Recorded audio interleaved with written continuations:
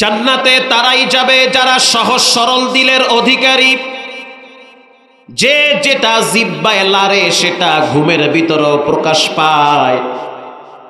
এজন্য রাসূল বলেছেন, যখন তুমি ঘুমাইতে যাবা তখন উযু করে বিছানায় শুইয়া পড়বা, আর জিহ্বা লড়ায়া লড়ায়া পড়ো সাল্লাল্লাহু আলাইহি ওয়াসাল্লাম, সাল্লাল্লাহু আলাইহি ওয়াসাল্লাম। পড়তে থাকো, ঘুমের ভিতরেই দেখবা নবীর সাথে সাক্ষাৎ হয়ে যাবে। পড়তে থাকো। কেউ যদি জিহ্বা লড়াইয়া একবার নবীর উপরে দুরূদ শরীফ পড়ে, মান সাল্লা আলাইয়া ওয়াহিদা, কেউ যদি একবার জিহ্বা লড়াইয়া আল্লাহর নবীর উপরে দুরূদ পাঠ করে, আল্লাহর রাসূল বলেন 10টা গুনাহ মাফ করে দেওয়া হয়। শুধু তাই না, 10টা নেকি তার আমলনামায় লেখা হয়, 10 গুণ মর্যাদা সম্মান বৃদ্ধি করে দেওয়া হয়। শুধু তাই না, তার বাবার নাম, তার ঠিকানা সহ একজন ফেরেশতা পুরা ডিটেইলস, তার ঠিকানা সহ তার ডাটা সহ রাসূলুল্লাহর রওজা আতাহারে পৌঁছায় দেওয়া হয়। আল্লাহু আকবার, জোরে বলেন। ঢাকা থেকে একবার না চাঁদপুর থেকে একবার লঞ্চে বরিশাল যাইতেছি। বরিশালের নাম শুনছেন না? লঞ্চ আছে না? আছে। তো লঞ্চে কিছু হকার উঠে, হকার দেখছেন নাকি? মানে এক একজনে এক একটা বিক্রি করে। তা আমরা তখন ছোট মাদ্রাসায় পড়ি চট্টগ্রামে। তো লঞ্চে উঠার পরে দেখলাম রাত তখন 2টা বাজে, চাঁদপুরে ঘাট দিছে, লঞ্চ যাবে বরিশাল। তো উঠার পরে দেখলাম একজন হকার এক হাতে শার্ট আর এক হাতে প্যান্ট বিক্রি করতেছে। শার্ট আর প্যান্ট, কিছু প্যান্ট তার হাতে, কিছু শার্ট তার হাতে। এখন সে বলতেছে বাইচালন 30, বাইচালন 40। কথা কি বুঝতেছেন? মাশাআল্লাহ। বাইচালন 30, বাইচালন 40। এখন একজন মুরব্বী তাকে বলল, বাবা এত সুন্দর করে বলো বাইচালন 30, বাইচালন 40, তোমার বাড়ি কই? কয় 30।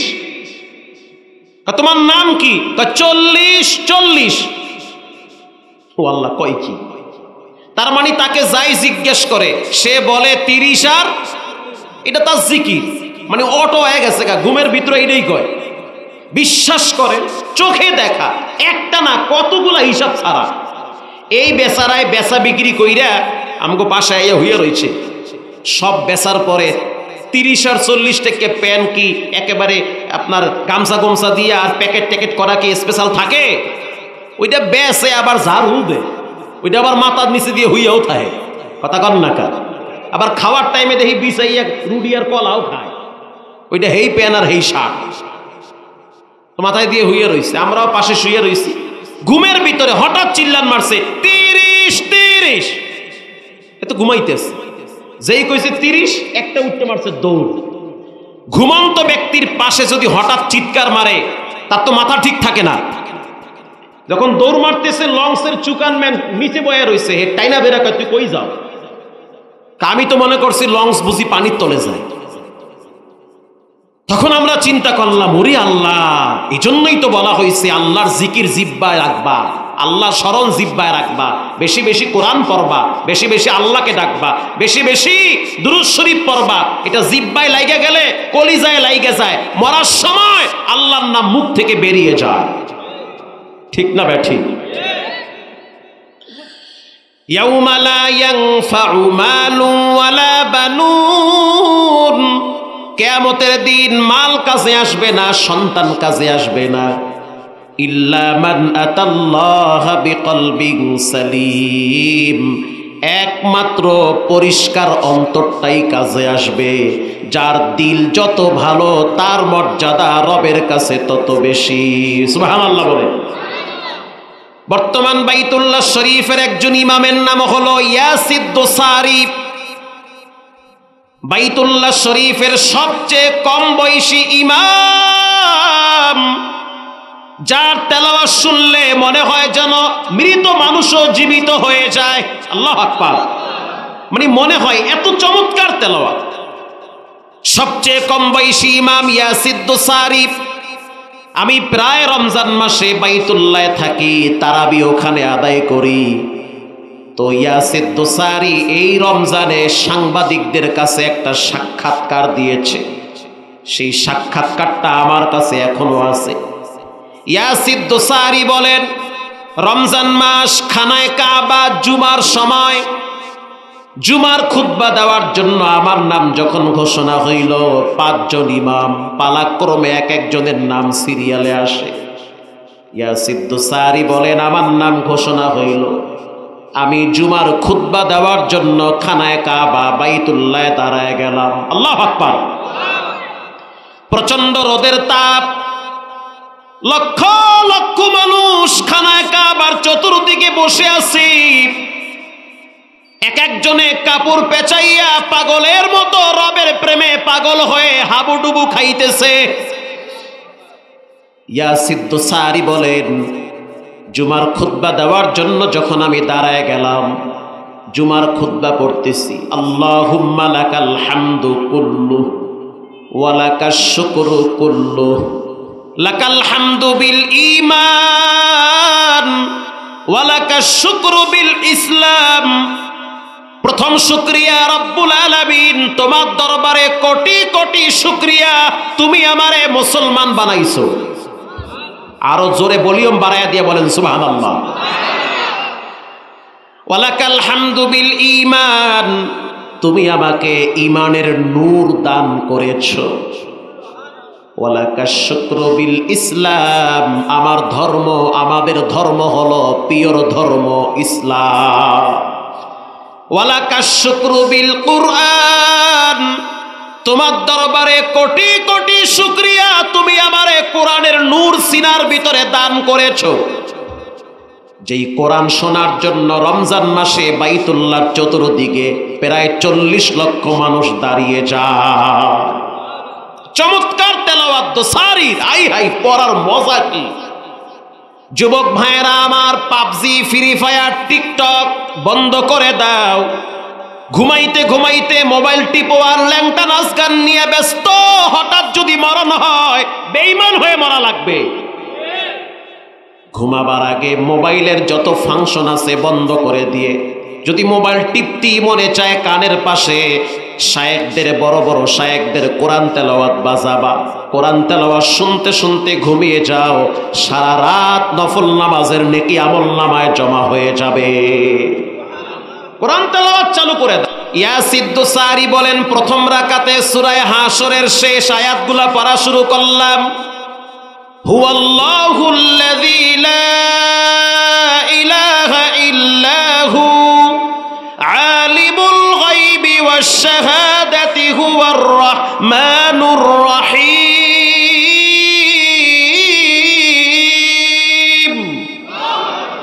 হুয়াল্লাহুল্লাযী লা ইলাহা ইল্লা হু আল মালিকুল কুদ্দুসুস সালামুল মুমিন আল মুহাইমিন আজিজুল জব্বারুল মুতাকাব্বির সুবহানাল্লাহি আম্মা ইউশরিকুন।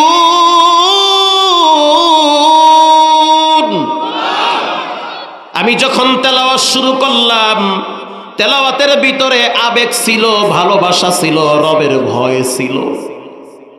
আর এই তেলাওয়াতের ভিতরে আমি টের পাইলাম যে পিছনে অনেক মুসল্লিরা নামাজে কান্নায় ভেঙ্গে পড়েছে। যার দিল যত ভালো, সে নামাজে দাঁড়াইয়া থাকতে তত বেশি মজা পায়। যার দিল যত ভালো, সে কোরআনের সাথে সম্পর্ক রাখতে তত মজা পায়। যার দিল যত ভালো, সে মসজিদে গিয়া সালাতে দাঁড়ায় থাকতে তত মজা পায়। যার দিল যত পরিষ্কার, তার দ্বারা গুনাহের কাজ কম হয়। যার দিল যত ভালো, তার দ্বারা সমাজের ভিতরে ফাসাদ সৃষ্টি হতে পারে না। ইয়াসির দোসারি বলেন, আমি যখন দ্বিতীয় রাকাতে দাঁড়ায় গেলাম, দ্বিতীয় রাকাতে আমি সূরায়ে কুরাইশ তেলাওয়াত শুরু করলাম। লিইলাফি কুরাইশ ইলাফিহিম রিহলাতাশ শিতাই ওয়াস সাইফ ফালিয়াবুদু রাব্ব হাযাল বাইত, রাব্ব হাযাল বাইত। আল্লাহু আকবার বলেন। এই ঘরের রবের গোলামি করো, ওই ঘরটা হলো আল্লাহর ঘর। ইমাম দাঁড়ায় বলতেছে, এই রবের ঘরের গোলামি করো, এই রবের ঘরের মালিকের গোলামি করো। আল্লাহু আকবার। আমি যখন তেলাওয়াত শেষ করলাম, সালাম ফিরাবার পরে টের পাইলাম পিছন থেকে এক যুবক দৌড়ায় আমার দিকে আসতেছে। পুলিশ আইসা তারে থামায়া দিছে, নিরাপত্তার দরকার আছে। পুলিশ যখন যুবকরে আটকায়া দিছে, ইয়াসির দোসারি বলল, আমি বুঝতে পারলাম যুবকের মায়াবী আওয়াজ আর কান্না বড় ভয়ঙ্কর রূপ ধারণ করেছে, আবেগ ভরা কান্না। আমি পুলিশকে বললাম, রাস্তা ছাইরা দাও, আমার কাছে আসতে দাও। যুবক যখন আমার কাছে আসলো, তাকায় দেখলাম যুবকের চেহারার ভিতরে এখনো টেটু আঁকা আছে, টেটু। তার মানে যুবক বেলাইনের যুবক, যদিও মুসলমান কিন্তু বেলাইনের ছিল। আমি তাকায় দেখলাম তার চোখের পানি বায়া বায়া এহরামের কাপড় ভিজতেছে। প্রশ্ন করলাম, মা ইউবুকিকা ইয়া শাবাত, কেন কাঁদো, কি হয়েছে তোমার, চোখের অশ্রু কেন বায়া বায়া পড়ে? যুবক বলতে আছে, দোসারি শায়েখ শুনে নেন, এই কান্নাটা কষ্টের কান্না না, এই কান্না হলো আনন্দের কান্না। আমার বয়স 22 বছর, আমার বাড়ি হলো ইউরোপে। আমার মাও সালাত পড়ে না, বাবাও পড়ে না। একটা টাইমে দেখি আবার আব্বা আম্মা সালাত শুরু করেছে, কারণ তাদের ভিতরে মরণের ভয় ঢুকছে। আমিও সিদ্ধান্ত নিলাম কি করব, কিন্তু বন্ধু বান্ধবের পাল্লায় পইরা মদ পান করি, মেয়েদের সাথে গিয়ে আড্ডা মারি, দেহের ভিতরে টেটু আর্ট করছি, ইহুদিদের কালচার আমি গ্রহণ করেছি। আমি একজন মুসলিম সন্তান। এলাকার কিছু বন্ধু বান্ধব চিন্তা করলো যে রমজান মাসে এখানে থাকা যাবে না, বাইতুল্লাহ গিয়ে তাওয়াফ করব। আল্লাহু আকবার। তখন আমাকে বলল, রমজান মাসে তো মদ খাওয়া যাবে না, রমজান মাসে তো কোনো নারী নিয়ে আড্ডাবাজি করা যাবে না, তো কি করা যায়? চলো, জীবনে অনেক পাপ করছি, এবছর রমজানে কাবায় গিয়ে সময় কাটাবো, একান্ত রবের সাথে সময় কাটায়া গুনাহ মাফ করাবো। আমি চলে আসছি তাদের সাথে খানায় কাবার এখানে। আসার পরে আমার খুব ভালো লাগতেছে। সকালবেলা আমি জেদ্দায় নামার পর ওখান থেকে আমাকে নিয়ে আসা হইল কাবায়। এহরামের কাপড় পইরা যখন আমি তাওয়াফ কমপ্লিট কইরা আপনার পিছনে দাঁড়ায় গেলাম, আপনার নামাজের ভিতরে, সালাতের ভিতরে ভাঙ্গা কণ্ঠে তেলাওয়াত শুইনা মনে হইতে আছে আমার ভিতর থেকে শক্ত পাথরের মতো দিলটাকে আল্লাহ আস্তে আস্তে নরম বানায়া দিছে। দোসারি, আমি জীবনে অনেক পাপ করছি, রাতেও গুনাহ করছি, দিনেও গুনাহ করছি। এই জিহ্বায় মদ লাগাইছি, দাঁত দিয়া মদের বোতল কামড়ায়া ধরছি, মদ পান কইরা কইরা কলিজাটারে কালা বানাইছি। আমার কি কোনো ক্ষমার রাস্তা আছে নাকি? আমার ভয় লাগতেছে, না জানি কোন মসজিদের পালকি বাড়ির সামনে চলে আসে। ভয় লাগতেছে, না জানি কোন সময়ে দোকানে কাপড়ের কাপড় আমার জন্য চলে আসে। আমার সমবয়সী অনেক বন্ধু বান্ধব মারা গেছে। এবার আমি আল্লাহর কাছে ক্ষমা পাইতে চাই। আল্লাহু আকবার বলেন। ইয়াসির দোসারি বলেন, আল্লাহর রাসূল বলেছেন, আত্তাইবু মিনাজ যামবি কামাল্লা যামবালা, যে তওবা করে সে আল্লাহর কাছে নিষ্পাপ হয়ে যায় বাচ্চাদের মতো। বাচ্চা যেমন মায়ের পেট থেকে আসে নিষ্পাপ, যে তওবা করে সেও তেমন নিষ্পাপ হয়ে যায়। ইয়াসির দোসারি বলেন, তওবা করো, করছি আবার করো। সে তার হাতের সাথে হাত লাগায়া দোসারি তওবা করাইতেছে। পড়ো আস্তাগফিরুল্লাহ, আস্তাগফিরুল্লাহ, আল্লাহর কাছে খাঁটি দিলে তওবা করো। হজ করার পরে বাড়িতে গিয়া কোনো ধরনের খারাপ আড্ডাখানায় যাবা না। কয় না, যাব না, আজ থেকে আমি দাড়িটাও রেখে দিলাম, জীবনে কাটবো না।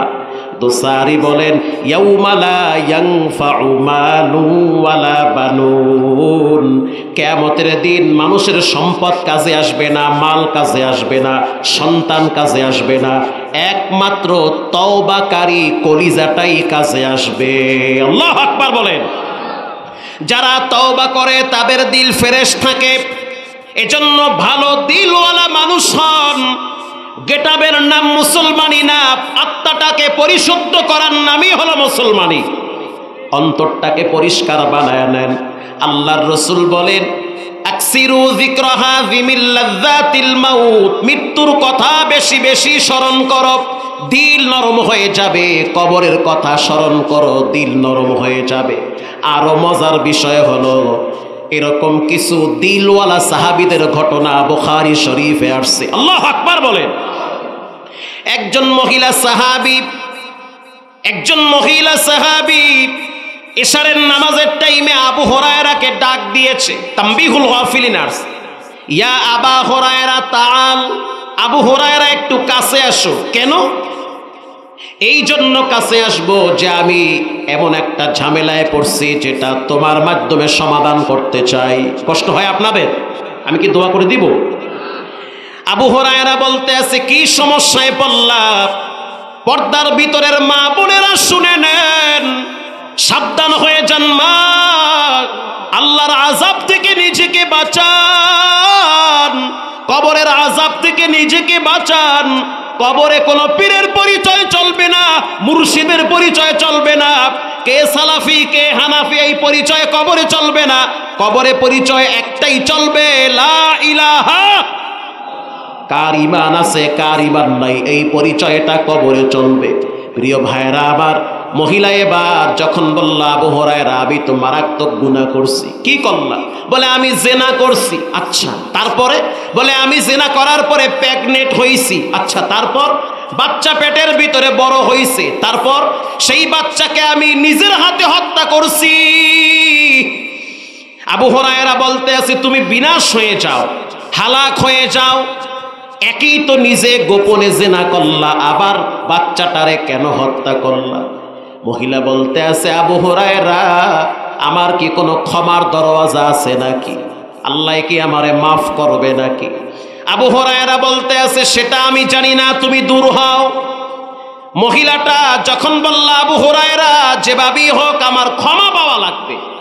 আবু হুরায়রা বলতে আছে, আল্লাতী তাত্তালিউ আলাল আফইদা, আল্লাহর জাহান্নামের আগুনের পাওয়ার এত বেশি, শরীরের যে কোনো অঙ্গে লাগলে কলিজা ভুনা হয়ে যাবে।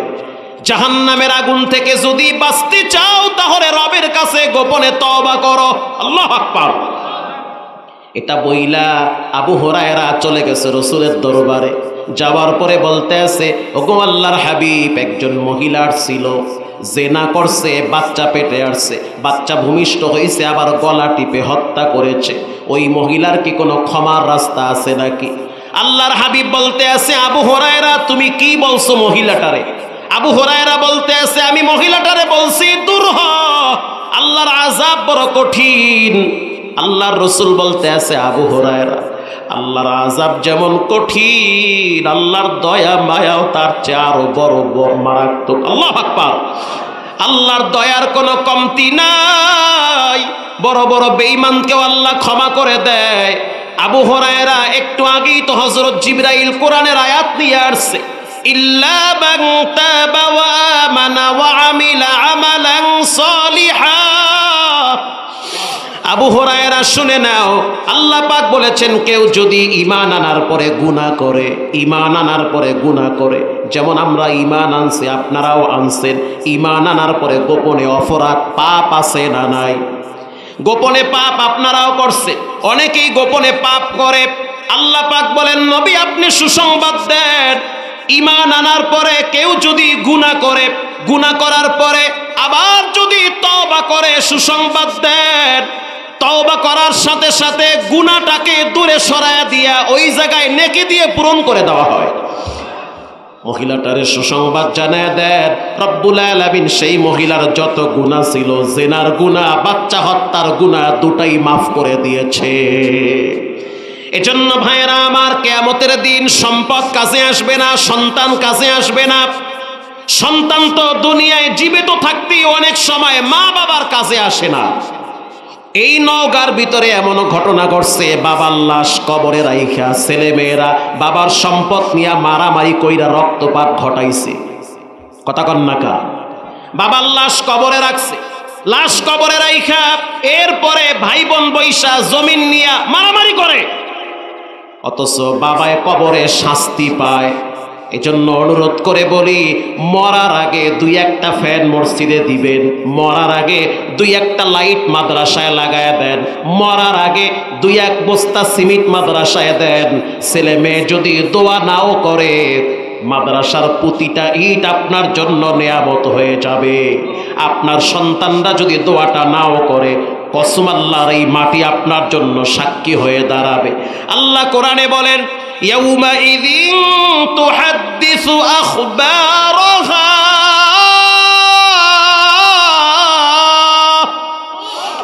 যেই মাটির উপরে বসে আছো লিখে রাখো, মাটি একদিন তোমার পক্ষে অথবা বিপক্ষে সাক্ষী দিবে।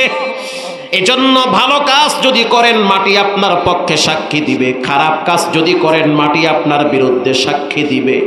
আল্লাহ পাক বলেন, সম্পদ কাজে আসবে না, সন্তান কাজে আসবে না, একমাত্র কলবে সালিম পবিত্র আত্মাটাই কাজে আসবে।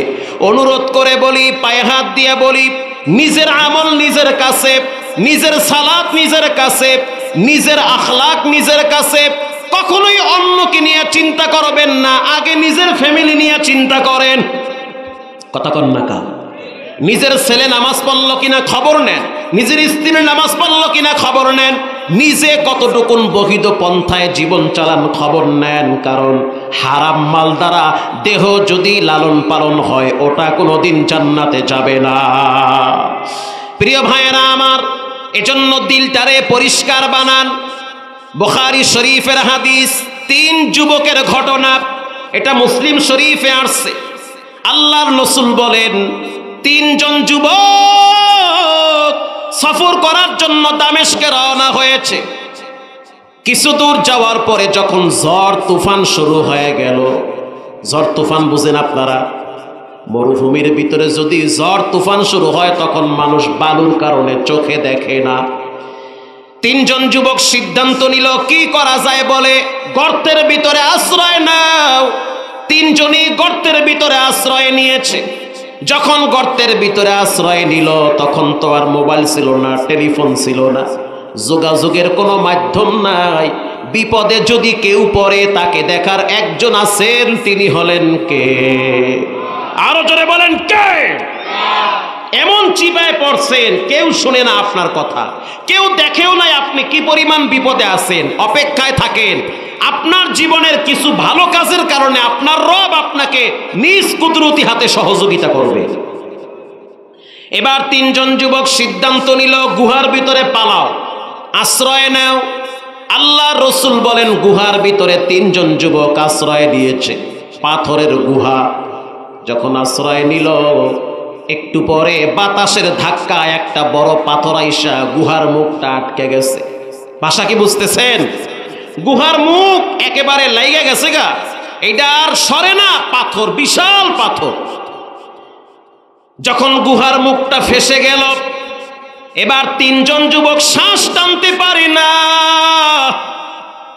যেমন এই যে চাঁদের রাইতে বগুড়ায় একজন ডাক্তার গাড়ি অ্যাক্সিডেন্টে মারা গেছে। চাঁদের রাইতে বগুড়ার একজন ডাক্তার, তার মেয়ে ঢাকার থেকে বগুড়ায় যাইতেছে ঈদ করার জন্য। তাদের চিন্তা হলো সকালে ঈদ করব, রবের সিদ্ধান্ত হয়েছে কবরে যাওয়া লাগবে। বান্দা চাইলে কিছুই হয় না, রব চাইলে সবই হয়। ঠিক না বেঠিক? আপনার চিন্তা ভাবনা একটা, রবের সিদ্ধান্ত হয় আর একটা। এমনটা হয় কি হয় না? তো গাড়ির ভিতরে এমন ভাবে ফাইসে গেছে, গাড়ি অ্যাক্সিডেন্ট কইরা দুমড়ে মুচড়ে বলের মতো গোল হয়ে গেছে। গাড়ি ভিতরে মেয়ে আছে, বাবা আছে, শ্বাস টানতে পারে না। লাশ বের করা লাগছে, গাড়ি কাইটা কাইটা লাশটাই না বের করা লাগছে। পরশুদিনও দেখলাম নেত্রকোনার রোডে গাড়ি অ্যাক্সিডেন্টে 1 জন আর 2 জন না 11 জন মারা গেছে। এরা কক্সবাজার যাওয়ার জন্য গাড়ির ভিতরে ডেক্স বাজাইতেছিল। তাদের চিন্তা ছিল কক্সবাজার যাবে, আল্লাহর সিদ্ধান্ত হয়েছে যাইতে পারবা না, কবরে আসা লাগবে। বলেন সিদ্ধান্ত কার? এই যে এখানে বসে আছেন, বাড়ি যাবেন, সকাল হবে, সালাত আদায় করবেন, কোনো গ্যারান্টি আছে? এই ঘটনা বলে আমি আপনাদেরকে নিয়ে দোয়ার দিকে চলে যাব, একজন লোক উঠবেন না ইনশাআল্লাহ বলেন। এবার তিনজন যুবক যখন দেখলো শ্বাস টানতে পারে না, অক্সিজেন ভিতরে বন্ধ হয়ে গেছে, তিনজন যুবক পরামর্শ করলো যে আমরা তো এখন মারা যাব, আমাদের তো মৃত্যু নির্ঘাত, কারণ অক্সিজেন বাতাস ভিতরে যায় না, অক্সিজেন পায় না, শ্বাস টানতে পারে না। শ্বাস টানতে পারাটা আল্লাহর নিয়ামত। শ্বাস যদি বন্ধ করে রাখেন, দেখেন আপনি 2 মিনিট বাঁচবেন না, কথা কন না কা। তো তিনজন যুবক বলতে আছে কি করব? কয় জোরে চিৎকার মারো। এখানে যদি আমরা চিল্লাই কেউ শুনবে না, আমাদের সম্পদ আছে, সন্তান আছে, কোনোটাই তো কাজে আসতেছে না। তিনজন যুবক পয়সাওয়ালা, তিনজন যুবক সম্পদশালী, এমন একটা জায়গায় ফাইসা গেছে যেখানে তাদের কোনো উপকার আর সহযোগিতা কেউ করতে পারে না। তাদের কান্নার আওয়াজ, তাদের চিৎকারের আওয়াজ একজন শুনেন, ও নওগাঁর মুসলমান, তিনি হলেন কে? এবার তিনজন যুবক পরামর্শ করলো কি করব? কয় প্রত্যেকের আমল দিয়া রবের কাছে দোয়া করো। আল্লাহু আকবার বলেন।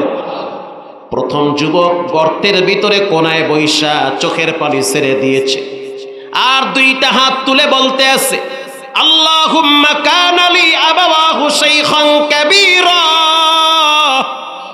রব্বুল আলামিন, আমি একজন মা বাবা ভক্ত সন্তান, আমি আমার মায়েরে বড় ভালোবাসি, আব্বারেও ভালোবাসি।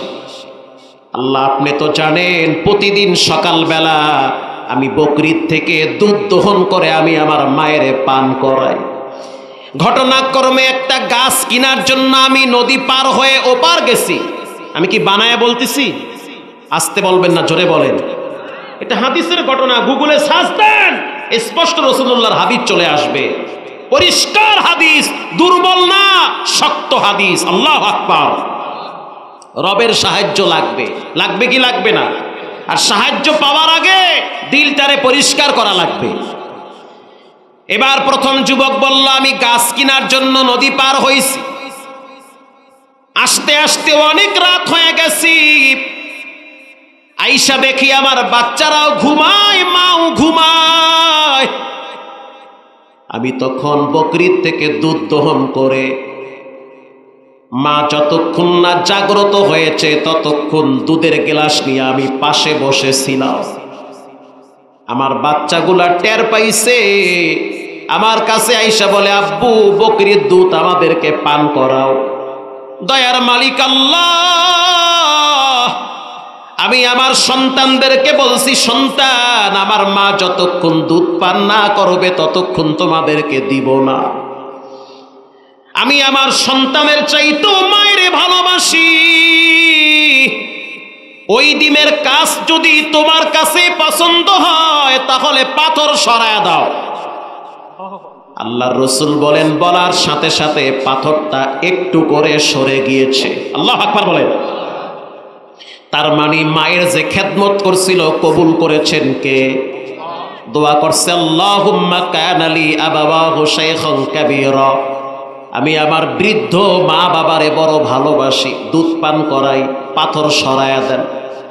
পাথর সইরা গেছে, 1/3 যখন সইরা গেল, এখন হালকা বাতাস ভিতরে যায়, শ্বাসও টানতে পারে।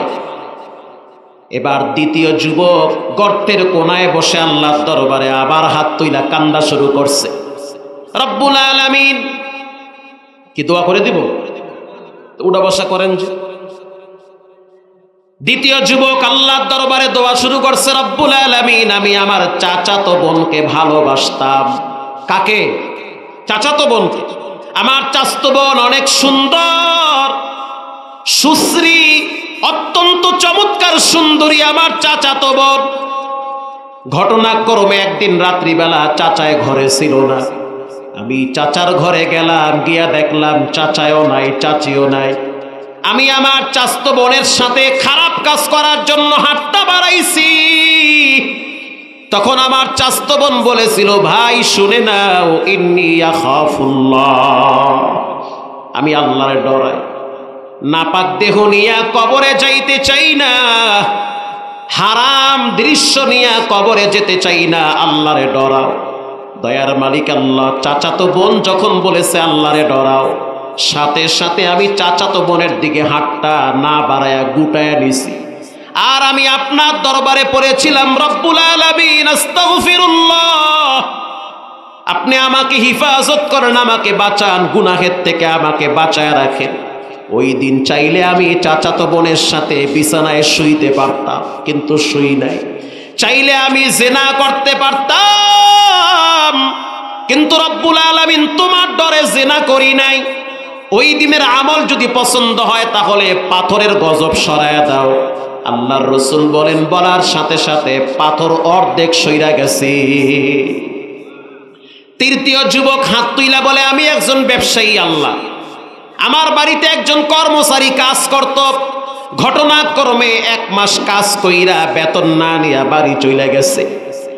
1 বছর আর 2 বছর নয়, 12 বছর পর আবার বাড়িতে আসছে। যেমন ধরেন একজন গার্মেন্টস কর্মী আপনার গার্মেন্টসে অথবা আপনার দোকানে 1 মাস ডিউটি কইরা বেতন না নিয়া রাগ কইরা চলে গেছে। এই বেতনটা কি আপনার? আসতে বলবেন না, জোরে বলেন। এটা আপনার, এটা তার টাকা। তার বাড়িঘর খুইজা হইল, টাকাটা আপনার পৌঁছায়া দেওয়া উত্তম। একান্ত যদি নাই পান, ওই টাকাটা তার জন্য আল্লাহর রাস্তায় দান করে দিবেন। ঠিক না ব্যাঠি? উচিত শ্রমিকের ঘাম শুকাবার আগেই তার প্রাপ্য অধিকার ফিরাইয়া দেওয়া। 1 যুগ পরে যখন সেই যুবক আমার কাছে এসে বলল, মালিক 1 মাসের বেতনটা আমারে ফিরাইয়া দেন, আমার মা অসুস্থ, চিকিৎসার জন্য টাকা লাগবে। রব্বুল আলামিন আমি ওই 1 মাসের বেতন ব্যবসায় খাটায়া কয়েক কোটি টাকা তার জন্য জমা করে রাখছি। সুবহানাল্লাহর ভলিউম বাড়ায়া দেন। ওই যুগে অনেক বড় ডেইলি ফার্ম হয়ে গেছে। এই যুগের ভাষায় কয়েক কোটি টাকা আমি ওই শ্রমিকের কাছে ফিরাইয়া দিছি। সে প্রথমে বলল, মালিক তুমি কি আমার সাথে মজা নাও? আমি বললাম, মজা নেই না, আল্লাহরে খুশি করার জন্য তোমার প্রাপ্য হক ফিরাইয়া দিছি। আল্লাহর রাসূল বলেন, দোয়াটা করার সাথে সাথে পাথর পুরাটাই সইরা গেছে। আল্লাহু আকবার। হাদিস শরীফে আসছে, 3 জন যুবক প্রথমে ইস্তেগফার পড়েছে, আল্লাহর কাছে তওবা করেছে, ক্ষমা চেয়েছে, দিলটারে পরিষ্কার বানাইছে। প্রিয় ভাইয়েরা আমার, এই যে হায়াত নামের রেলগাড়ি চলতেছে, মউত নামের স্টেশনটা সামনে আছে, যে কোনো সময় কবরে যাওয়া লাগবে, প্রিপারেশন নেন, প্রস্তুতি গ্রহণ করেন। গভীর রাত আল্লাহর কাছে কায়মন বাক্যে দিল থেকে তওবা করে নেন। এখানে এমন মায়ের সন্তান আছে যে কিনা নিজের হাতে নিজের আব্বারে কবরে রাখছে।